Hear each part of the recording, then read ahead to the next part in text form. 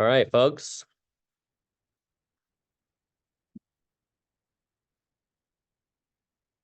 Bon appetit. Excuse me?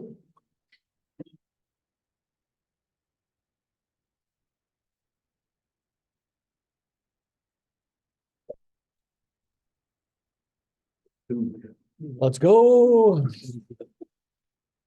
You want candy? Oh, Okay. there will be more this cycle. It's gonna be live. There's only a few weeks left. There is. So today we're going to cover things like propagation of error and least square fitting and chi-squared tests. Now, I think generally speaking, you won't have so much data that all of that will be completely relevant to you, but I'm going to give you a very quick primer on it. And if you take Math Methods 2, you would get a much more sophisticated treatment of data analysis, because that's what I care about. And then I don't know what we want to do next week. We could, Catch up. well, you should have been catching up this last week. So catching up in the last week would be considered. No. That would not be considered catching up for what? So generally speaking, what we're gonna have here is we have some summary of your personal paper, right? I'm hoping your first draft of that is ready By next week or now? now. Got it.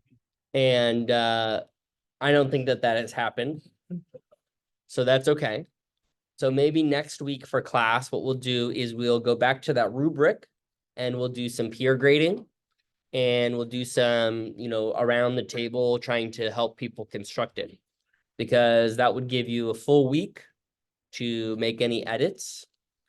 But the reason that you want to have it done now is so that people can give you structural changes.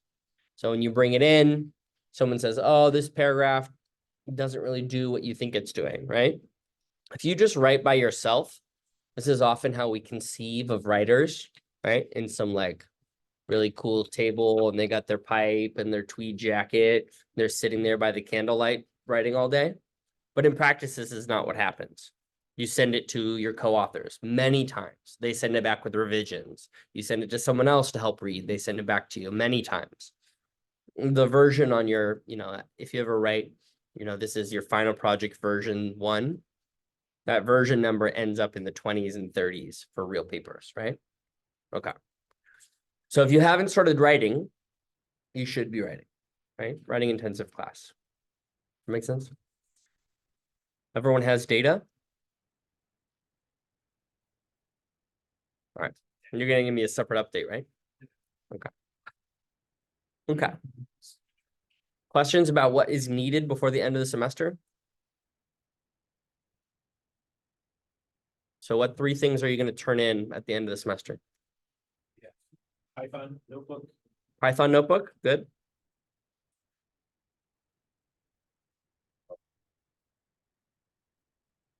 We're First one. talking about the lab notebook. No, the lab notebook, I don't care about. That's your notes. Okay. You can keep your doodles if you want. Unless you think they're really good doodles, in which case I'll feature them on my Instagram story.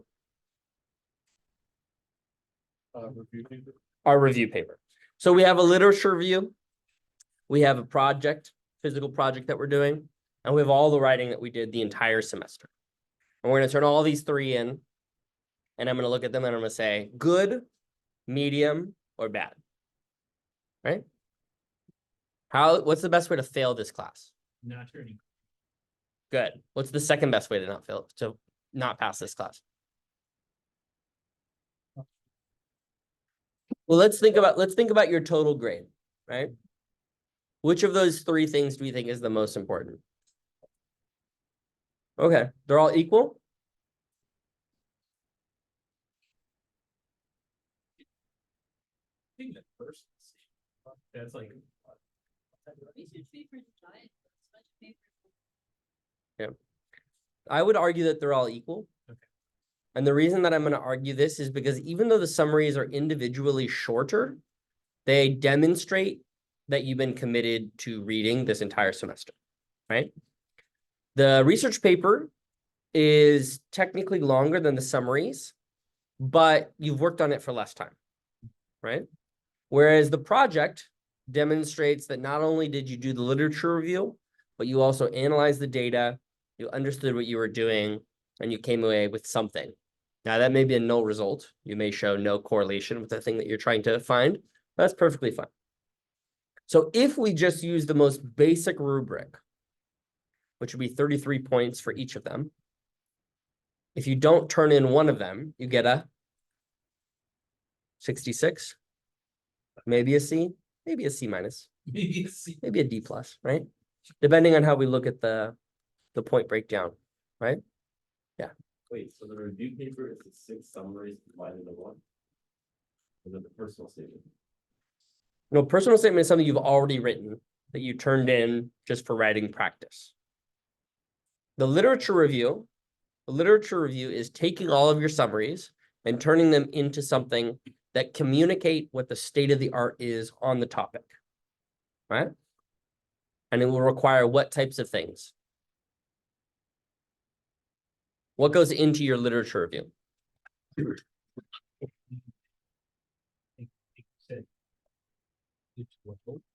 Different references. References. Anything else?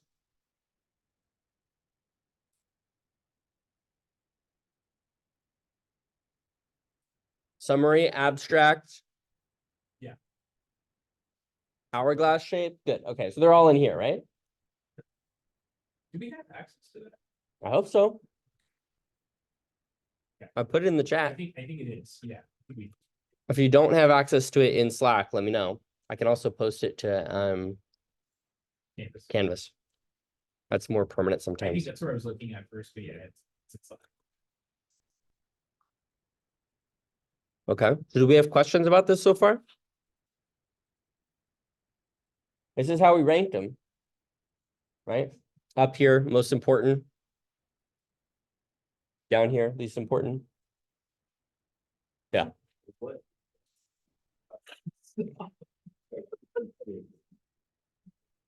Stop. Let's look at the syllabus, yeah. Oh my God.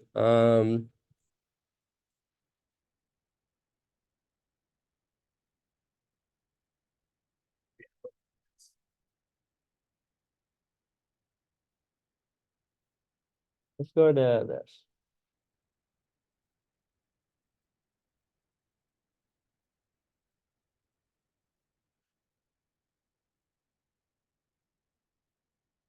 Oh.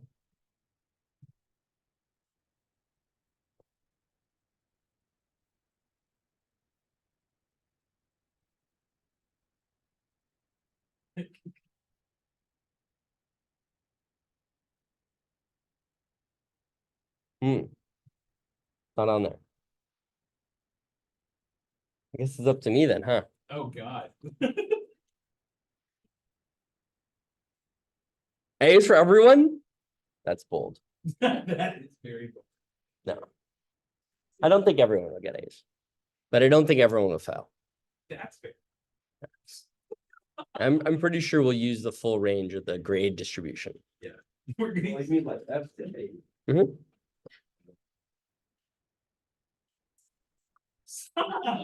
There's some people who want A's, who've been worked hard for A's.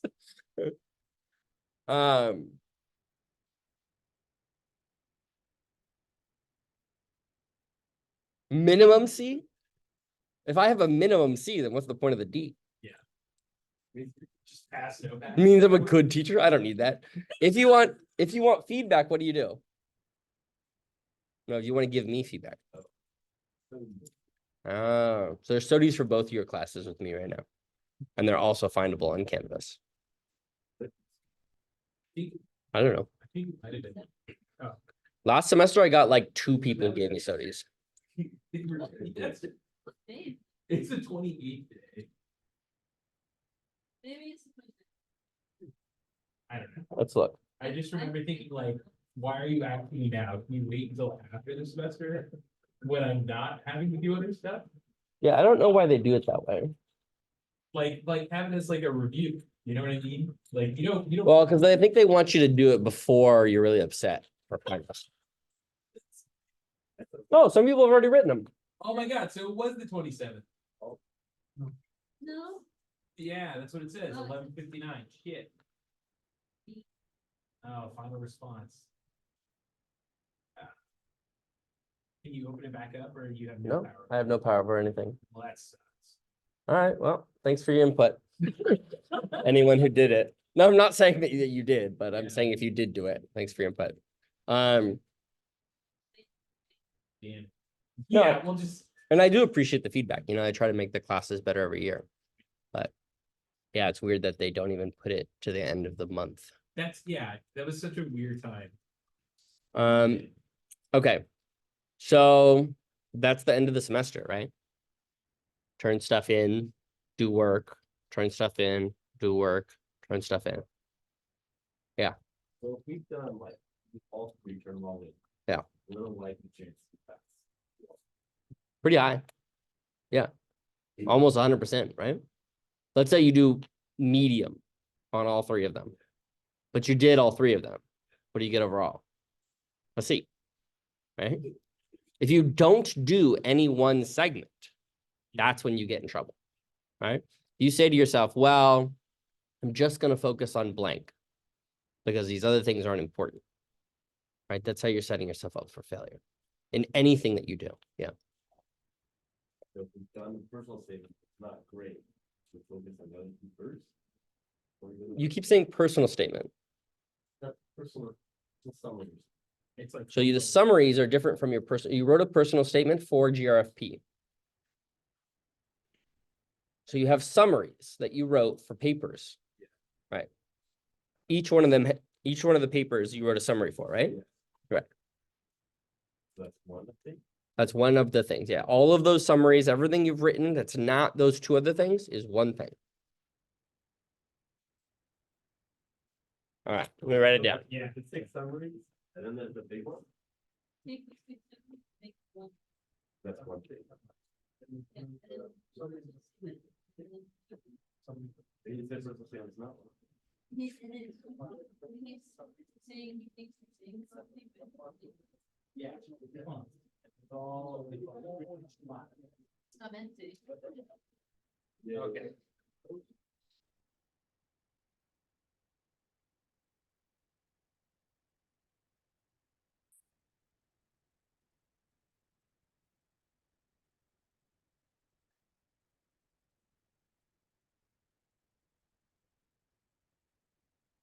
Are you making a matrix?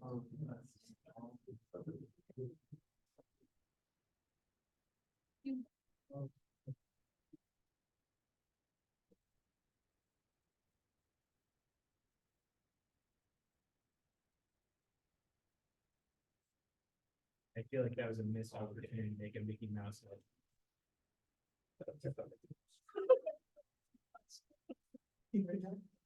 What do you have against the mouse? Ew. That makes more sense. You're against the mouse? Yes. Is it because of like the whole corporation thing And and the rest of it? yes, you can go on and on. Yes, It's not such a small world after all. that's true. Oh, yeah, that's true. Okay. Yeah? That makes sense now? 33.5%. 33 and a third. Anything else? Are you participating? Well, like, that's not what they say. Yeah. You don't think that's part of number one? Summaries, coming to class, engaging. You know what that does for me? No. When I see participation in the class, some of you are going to end up right on the line, right? What happens when there's participation points to consider? They're amorphous, right? You go, you push them up. You're like, push them down, right? That's how it works.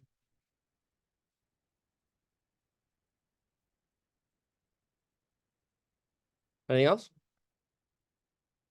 You have your marching orders? You had them 2 weeks ago, right? 2 weeks ago. No, you had them 2 weeks ago as well. You had a full month 2 weeks ago. Okay. Anything else? Okay. So let's talk about what happens when you want to combine uncertainties. Okay, so let me pose to you a thought experiment. Okay. We're gonna make a measurement of everyone's height in the room. And we're gonna find out what the average height is in the room. And let's say it's a much bigger class. Like, let's say this is really popular class, 150 people. So we go around and we're measuring everyone, and we're writing everything down. And we notice a couple different things, right? So like some people are using the tape, you know, the one that goes, and then you get a pretty good measurement. But some people are just using yardsticks. And so they pull out the yardstick. This. They place it next to me. They move it like this, and they make another measurement. Like, well, there's some uncertainty associated with that. So even though you read it all perfectly, that process, however many times you do it, introduces a little bit of uncertainty. Right? You characterize a little uncertainty from every measurement. Then you also find out that like Bob, who's running around, is very short. And so when he's trying to use it, he gets really imprecise measurements, right? So we're finding that each of the individual measurements, the actual measurement themselves are imprecise. So we can't just take all of the uncertain or all of the individual measurements and take the average, because we don't know how to say with what certainty we know that number, right? We have to figure out how can we combine these uncertainties. That's the question of the day. Okay. Anyone know what the answer to the question of the day is? What? That's the average over. Oh. Yeah. And I think that's just the US for men. Is it? Okay. So instead, what we have to do is we have to think about how uncertainties are added together. And you can look in math methods class, you can look in any error propagation textbook, but I'm going to show you this. This is called Wikipedia. And this is your go-to for how to propagate error. What I mean by this, the word propagation means how do I determine the uncertainty from a different uncertainty? Here, let me zoom in a little bit. All right. So there's some really beautiful complicated math about correlated and uncorrelated variables, okay? And the way that this says is if you want to build some new metric, F, in this case, F would be our mean, then the uncertainty on our mean, or the standard deviation squared, would be equal to, and this piece is the part that really, really matters, the sum of all of the pieces, their values, multiplied by the uncertainty, plus the double sum of all of the values, plus this thing called rho. Okay, and this is basically how are the uncertainties correlated with one another. So in that example I just gave you, I gave you an example that has correlated uncertainties. What was that? We're using the same. Measure. So if I use the same ruler, that should provide uncorrelated. So correlation means that the if you're looking at a distribution of something, all of the values of that are going to share some property.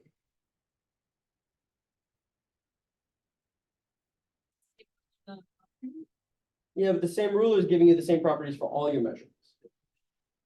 Right, so there was different people, and in fact, I told you about Bob, who was short, and I told you all of his measurements were off, and they're all uniformly off by Bob.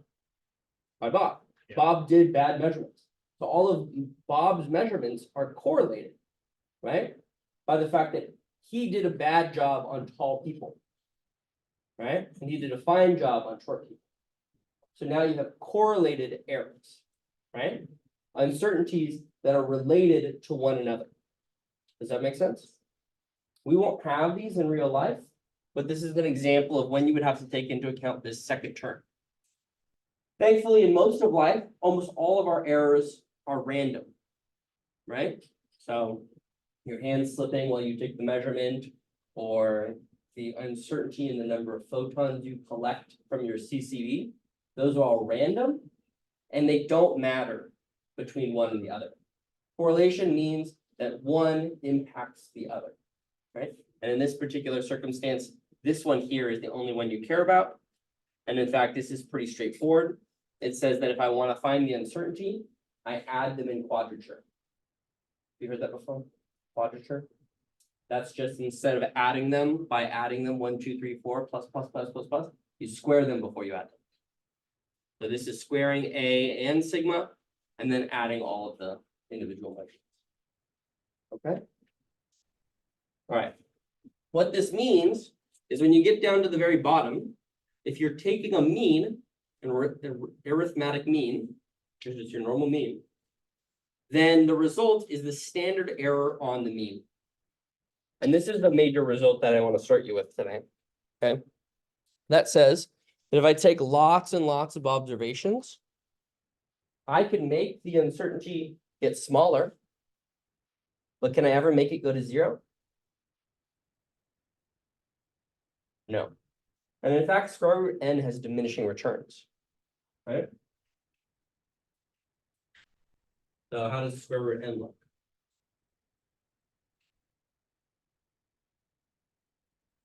Square root n starts like this, and then it heads off like that, right? And it's not asymptoting, but it's growing very slowly as it gets bigger. So 1 over something like that, right, is going to come like this, and then head in that direction, right? It's not heading down to 0 anywhere as close as something like 1 over r might, or 1 over x might, right? 1 over square root of x gets smaller much slower. So this means that I can't just take these random errors, take a bunch of measurements, and pretend like the errors don't matter, right? So it's very important to take repeated measurements, but you get to a point of diminishing returns where you're not getting that much better at understanding the uncertainty on the total measure. Does that make sense? Okay. So this is the standard way of thinking about just the mean, but let's say you have some more complicated function. The reason I have this Wikipedia article up is because anytime that I need to look for it, I simply scroll down to this beautiful table, which has them all. Okay. Every function you want is basically here, and you just add them or combine them in different ways. So if you have your function f of ax, or sorry, a capital A, this is the one that we just saw, right? That the standard deviation or the error is A times the uncertainty. If you have a sum with one thing plus another thing, you see that it is the sum in quadrature.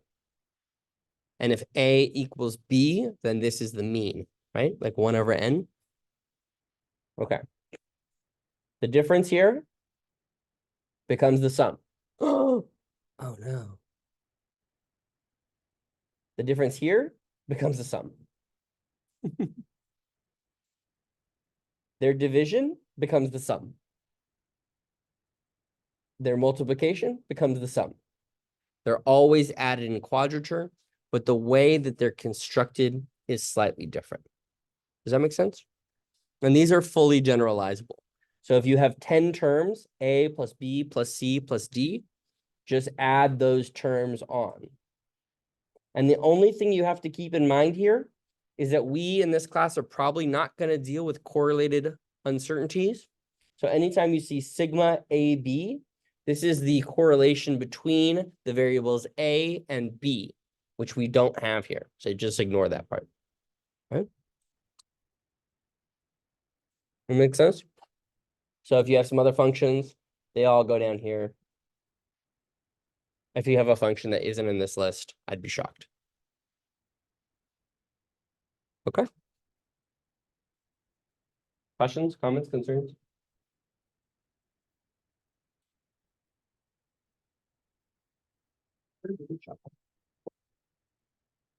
Okay. So let's talk about line fitting really quickly.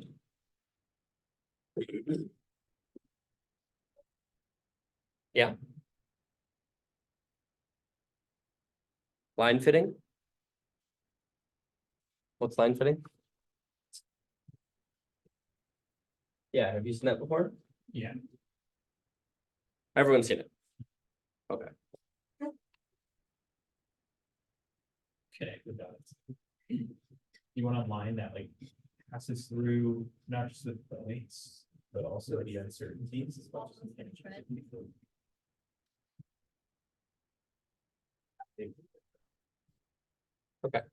That's good data, right? No? Why do you not like my data? Uh, Is there a trend? there like is somewhat of a trend. Describe it generally. It's like sine-ish. Okay, I see some modulations in the chat. Some signiness.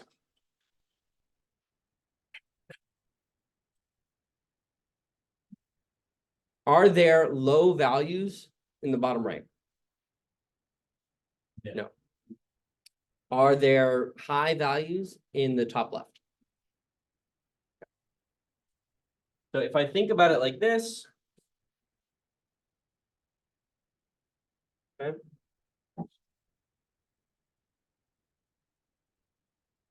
Looks like there's a trend, right? Maybe starts down here, ends up here.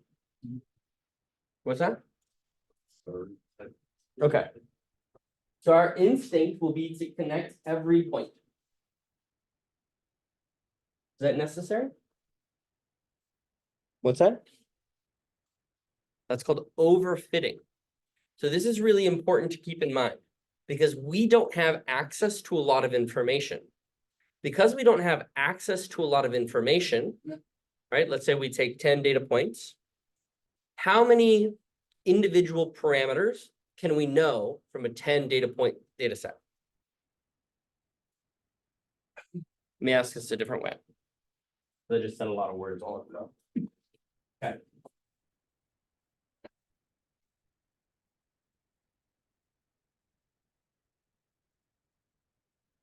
I would like you to fit the following one or the following data set.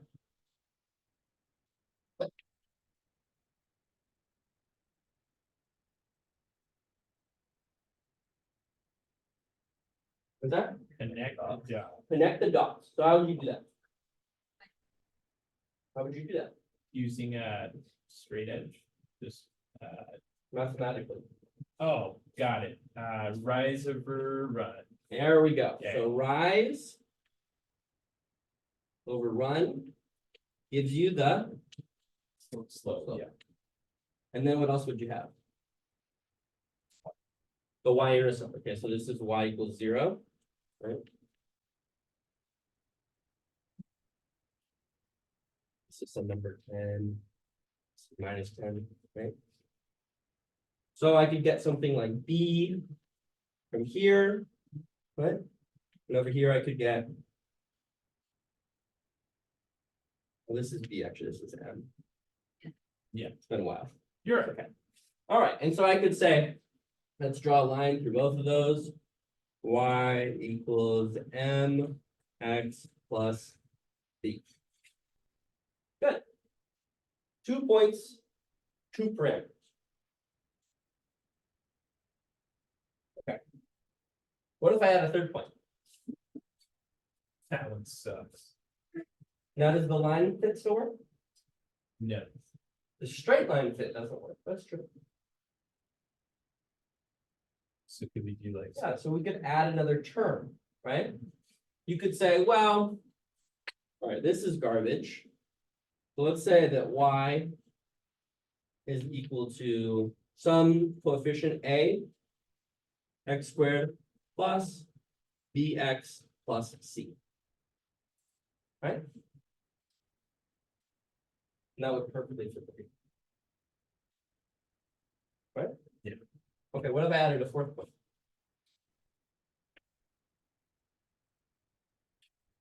Add an additional term. Did it become like an endpoint thing where we have to worry about? Yeah, so now let's say I add in here, say a fourth term. So then I do a x cubed plus b x squared plus c x plus x, right? And then there's another constant. Oops, yeah, d. There you go. Thank you. Okay. So now I have four terms, right? And they perfectly go through these 4 points. So the complicated part is I didn't draw any uncertainty. Right? What if this point here has uncertainties that you could drive a truck through?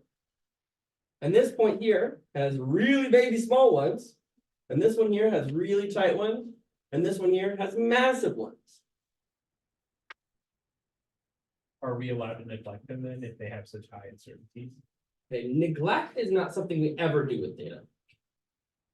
But we want to interpret it for what it's worth. Take with a grain of salt, yes. Neglect, never. Remove from our data set, never. If I ever hear you say, well, we threw out the bad data, that's an F. Okay, that's not how data works. The data is what the data is. Yeah. You can explain why that data had large uncertainties, right?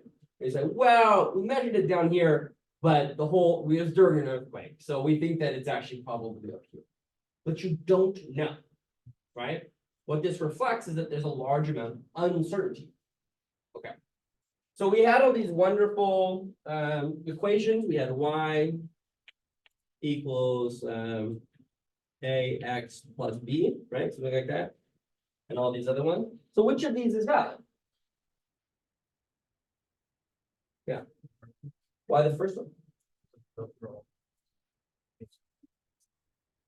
Okay, but I mean, why not that fourth one? The fourth one went through all the points exactly. Yeah, but like, there's more weight behind the ones that have lower uncertainties than those that have higher uncertainties. It should be weighted. Sure, but the part with, you know, the x to the 3 went through every single point. Yeah.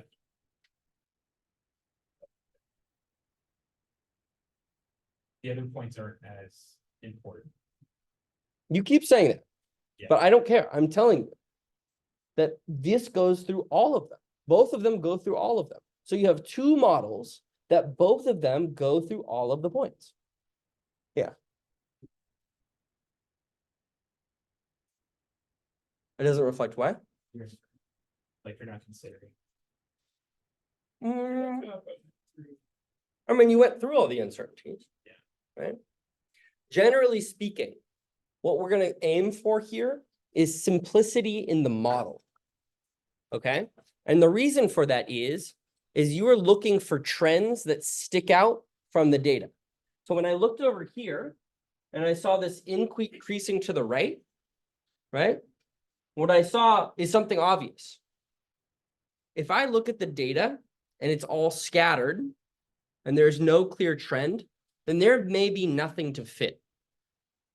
So the first thing that you might do is you might first fit a linear trend. And then subtract from the data that linear trend and see if there's still anything left over. There's something. Well, look at this piece here. This piece here is right here. Right? So since this is a linear coefficient, these terms exist within one another. So if I can figure out what this is, if this gets rid of 75% of the scatter, right, puts all the points right on the line, then I'm done. If there's still a trend, there's still some lines showing up, then you're not done. Does that make sense? So let me show you an example. Very dependent on what the data looks like. Exactly. You don't know ahead of time what the data will look like. So here's an example of least squares fitting. Okay. There's some data. I wrote exactly the same way. Dot by dot. Okay.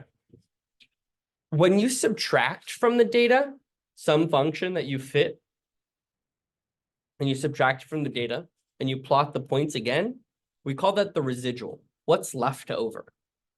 And if I look at the residual here, What do you think?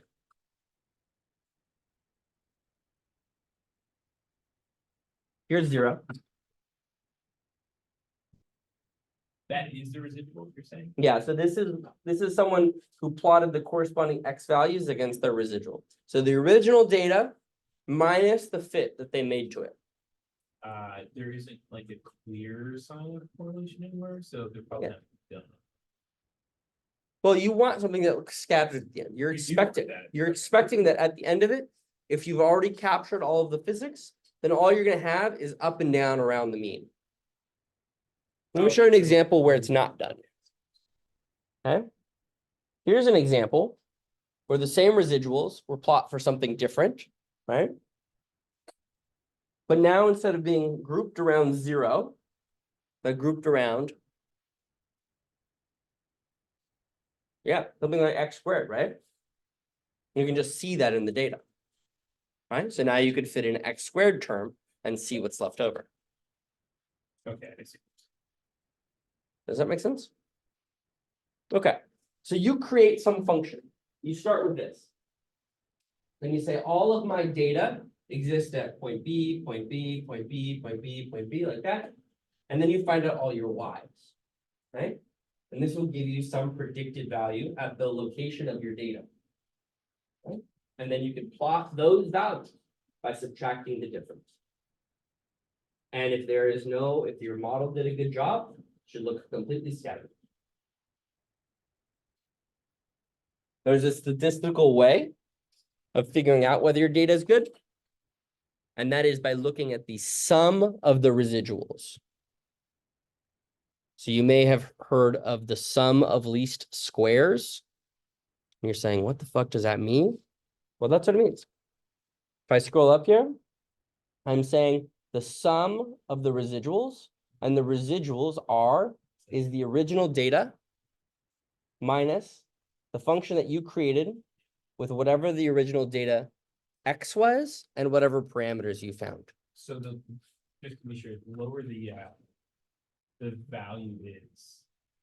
Which or value? The sum of the residuals is going to be, yeah, the sum of the squared residuals will be a better fit. Yes. Okay. So the measurement that you're looking for here is just a smaller number. Yeah. Right? And you may have heard things like Like values. So like it's just, it's a number. Yeah. You just want it to be small. When you're comparing two different models, right? You would calculate the residuals, the sum of residuals for one, for some function of f. And then you do it again for some other function of f. Right? Okay. And then you compare the s's here. what is small then? Like if we had like some sample I never said small, I said smaller. small, okay. So you always want to compare, right? And your first comparison, so even before you do something like this, right? What is the null hypothesis? But no, Yeah, how do I think about the null hypothesis when I'm doing data analysis?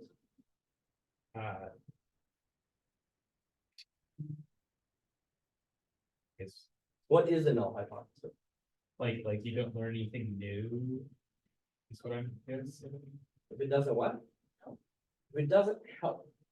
So we have to posit in science that there is a correlation between variables A and B. And when I posit that, I am also saying at the same time that if variables A and B are uncorrelated, that would be the null hypothesis. Right? So my belief going into it is that variables A and B are correlated. That's not really how you do science. You start by assuming that A and B are uncorrelated, and you try to show that that's wrong. Right? You're trying to disprove the zero hypothesis.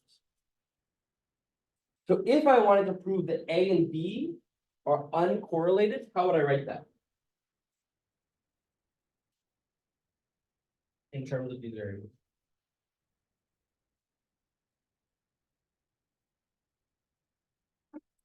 They're uncorrelated. Yeah. Just like Y equals. That doesn't depend on. Just B, instance. a constant. Yeah. The first question is, does a line through the data explain the data? Right? So this is your null hypothesis, right? Is X creating Y? Right? That's the question that you want to ask yourself. So this is the first thing you do with the data. And this is why when we get it into a residual format and we see some fluctuations, we say, oh, can I explain these fluctuations? Right? If you look at that and you say to yourself, well, a straight line could explain those fluctuations, then you're already done, right? Because that's saying that the leftover bits are not correlated to X. Whereas when I look at this, there's very clearly a correlation. So something is unexplained, right? And you're going to see that with your eye holes.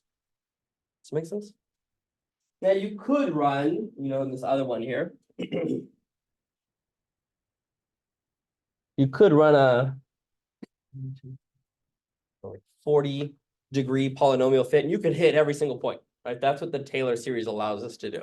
We can make infinitely complex functions. But at that point, you're really losing, right? So anyone would look at you and say, that's not a reasonable description of what's going on. Because you still, at the end of the day, have to describe those 70 parameters that you created, right? Something like this first one, rise or run the slope, that's like straightforward. You can explain that to a friend. It went up this much in this amount of time. What are the two variables? Well, that's temperature and that's time. So it changed by 5 degrees in 5 minutes. Boom. What is the 34th, root mean? I don't know. Does that make sense? Okay. So we want to keep them as simple as we can. Sometimes they'll be squared. Sometimes they even will have this, cubic function. I have to try and describe them, but it'll be fine. If you get above a cubic, I think you're doing something wrong. Okay. Sometimes you can have multi-dimensional data set. So stuff that varies in this direction, and that direction. And that's perfectly okay. I would recommend just starting with 1 degree of freedom. So generally speaking, when we talk about the parameter sets that we'll be using, adding any new A, B, C, these are called degrees of freedom. This is a way in which we're allowing our model to change. The fewer degrees of freedom, the better. Okay. So if you pick for your data set, you have some 3-dimensional data set that looks both at velocity, at temperature, and at pressure. Pick a single pressure and see if you can understand the velocity temperature data from there. Right? Plot it, and then change the other one. Does that make sense? Then you have a list of parameters that all change by temperature, and see if you can plot that. Does that make sense? Okay. Cool. So this is least squares. This is the most complicated fitting you'll do. You probably won't even do this fitting, if I'm honest. They make packages for this. But you should understand how to do it in practice. And especially if you have a small data set, say 6 or 7 items, just do it. It really helps to have the practice of doing one minus the other and seeing which of the two models works better. Does that make sense? Okay. All right. You may have heard of the chi-square test. People seen this before? Okay, this is the same thing, but now introduces the uncertainties. Here it is. So, all right. This is the chi-square. This is something that you will compare in a table. These are the observations. This is the uncertainty. And then you subtract off how many observations you took. Another way of looking at this is something called the reduced chi-square. This is the easiest one because this has the most comparable. So what you want here is something like the chi-squared divided by the degrees of freedom. And what I mean by that is that if you have a number of parameters, let's say you have a 10-dimensional polynomial, Okay, then 10 would go in the bottom. Okay. And the chi-squared is the chi-squared per degree of freedom. And what you want to look for here is, okay. If the reduced chi-squared is much, much larger than 1, it indicates a poor model. If it's larger than 1, it indicates the fit has not been fully captured. If it's 1, it indicates a perfect fit between the data and the model. And if it's less than 1, it has overfit the data. So this is like your most standard way of just characterizing how well your model did to fitting the data, right? By dividing by the degrees of freedom, if your degrees of freedom are larger, then that permits more uncertainty, right? If you go back up here, you'll see that this one here, chi-squared, is in the top. So if you have a large chi-squared and you have a large degree of freedoms, then that ratio is closer to 1. Right? Okay. What does this Pearson chi-square test really look like? If we look at the observation, okay, it's observation squared. So what I'm asking for essentially is a sum of, let's say this thing is here. Here's the point, right dead on. Not a very good example. Here's the point, but here's the uncertainty, right? And maybe the line's down here. So this ratio between where the object is versus the uncertainty is a little more than 1, right? So this is going to contribute a number a little bit more than 1. This would contribute almost nothing. These are almost identical. This would contribute a number much less than 1. And this would contribute something slightly less than 1. So you're adding up the contributions from every data point and figuring out how far off they are from the line, adding them all up, right? And then you're going to go ahead and divide by the uncertainties. Because those uncertainties each are going to weigh the individual atom. And then you subtract by n. So if you have 30 data points and each one of them contributes exactly 1, what's your chi-square?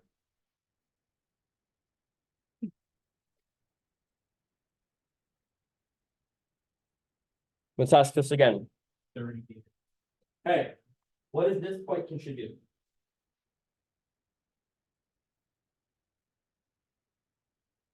0. It lines up exactly where the model is.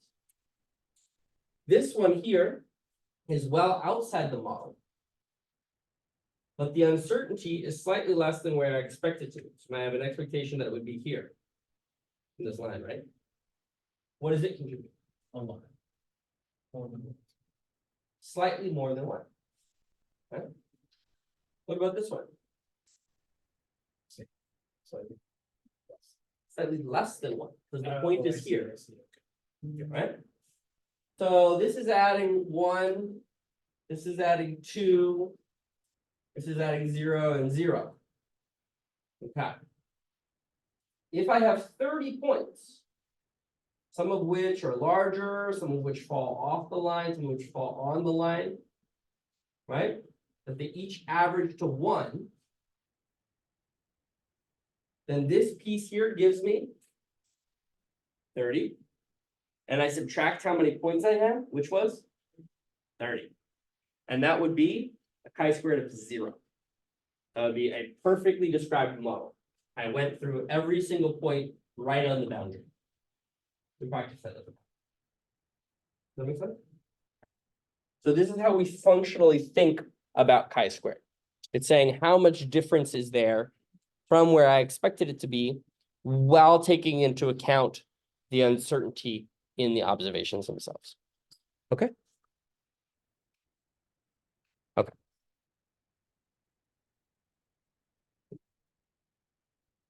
Comments, questions, concerns?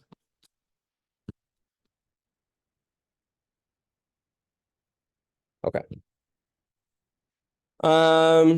We have 25 minutes. Do you have data? Have you started looking at any of the data? Do you want to start using any of these thoughts, comments, questions? No, no, thanks. Have you started writing? Okay.